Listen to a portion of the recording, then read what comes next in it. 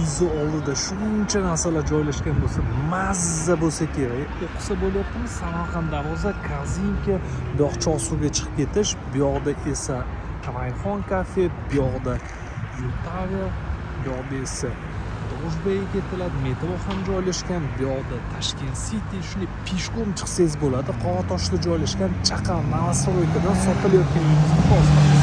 Детский площадкаlar, parkovka, dom ko'rinish. Ikkitadan liftlar bor, podyezdlar keng. Zallarni kattaligini qarang, zo'r chiqqanini qarang, mazza qilib yashaydigan uy bo'lgan, konditsionerlargacha qo'yilgan. Bu yoqda podyezddan kirish eshik, kengina prixoshka, kuxnyasi o'tiradigan joylar bilan uyimiz 16 etajli dommi, birinchi etajda joylashgan, 2 xona 75 kvadrat, skvoznoy derazali. Kuxnyada ham mebel texnikalar qo'yilgan, avtomat karmoshina, xolodilnik, konditsioner, gazlargacha qo'yilgan.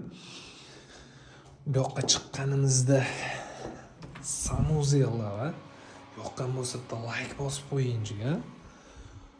Bu videoni Qoratoshdan Chorsuvga, Družbaga yaqin joydan yuzlagan tanishingizga jo'natib qo'ying. Bu yoqda spalnisi, e'tibor qilgan bo'lsangiz, hamma xonada konditsionerlar qo'yilgan. Bu uyimizni narxini biz $29,000 qilib beramiz. Obuna bo'lish esdan chiqmasin. Telefoningizni kutamiz, bosing.